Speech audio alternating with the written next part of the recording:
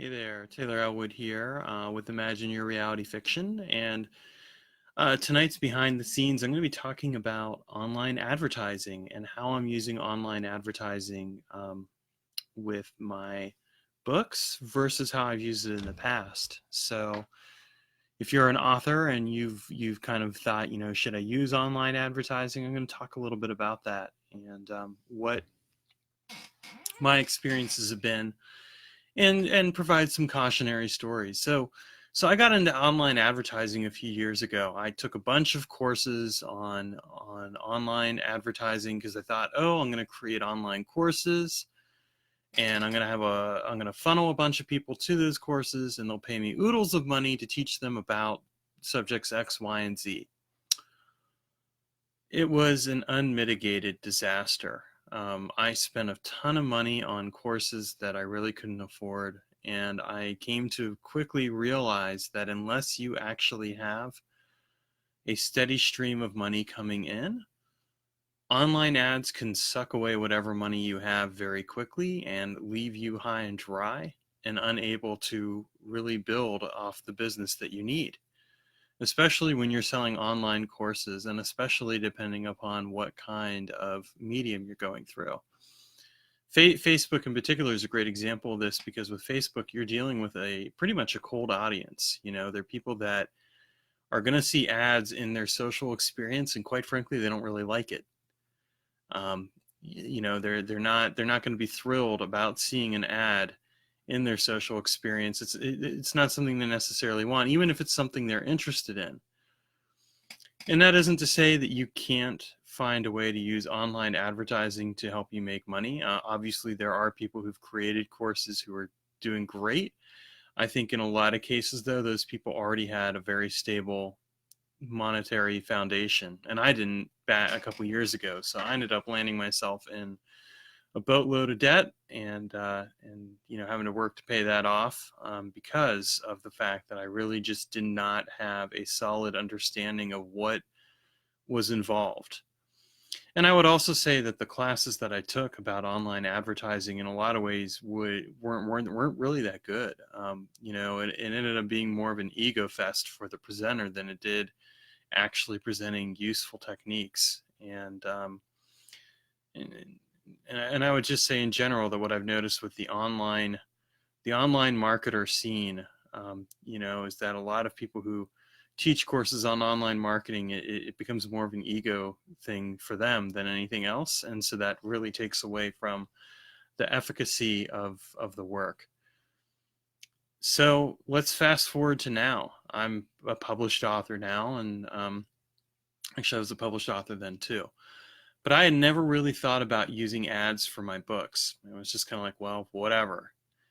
And then, a year ago, little over a year ago, I started my self-publishing journey where I started publishing my own books and took back the rights for my books. These were for all my nonfiction books. It's hard to believe, but it's literally a little over a year and a couple months, and it's amazing.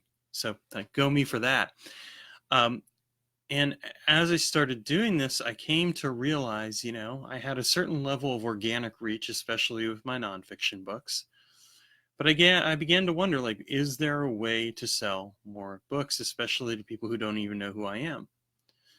And so that's when I very reluctantly turned to online advertising. And I say very reluctantly because for me, my previous experience had been so bad that, I getting back into online advertising and looking into it was not something I really wanted to do.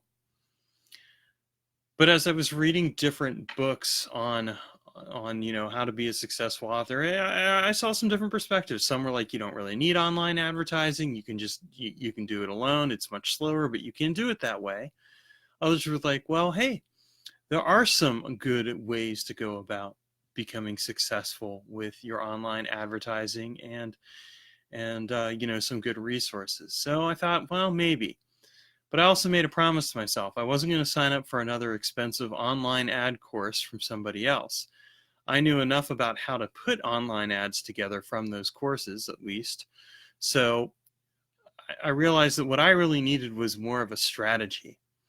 And so I started picking up some books on the topic. In fact, I have, let's see here, Chris Fox's Ad for Authors Who Hate Math, and BookBub's Ad Expert by David Gaughran, and then another one which is in my book bag right now, which is on how to do Amazon ads,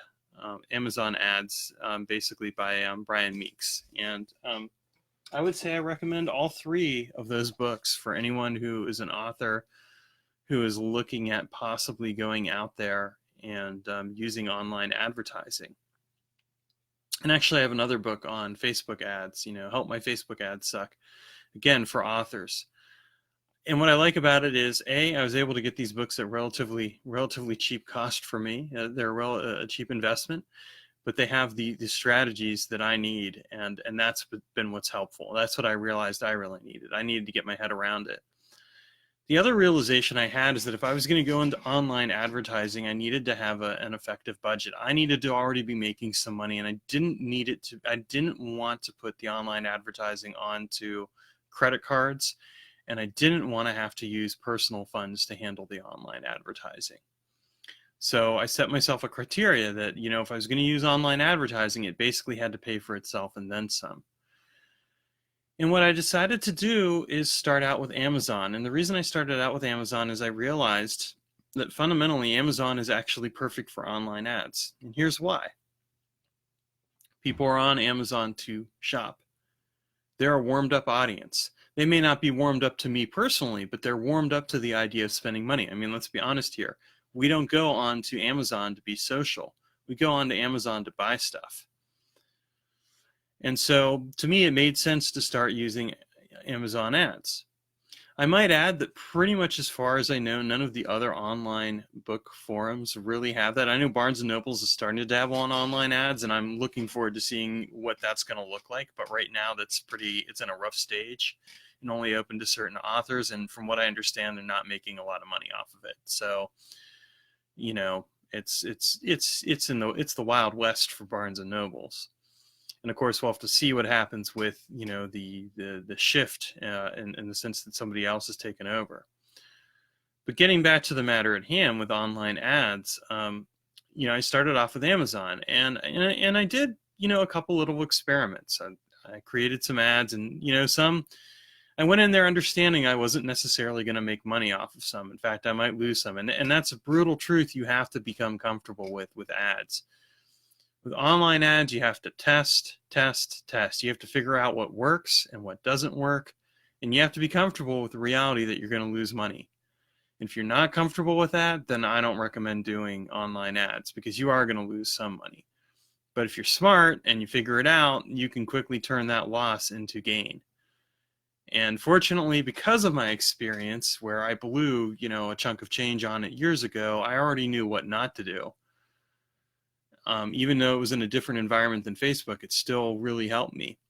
So what I ended up doing is I created online ads and I tested them, and I gradually figured out which ones worked.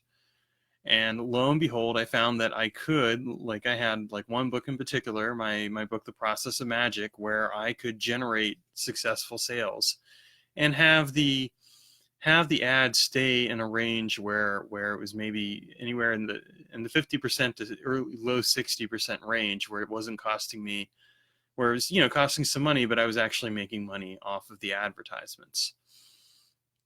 So then what I did is I started to perfect it from there.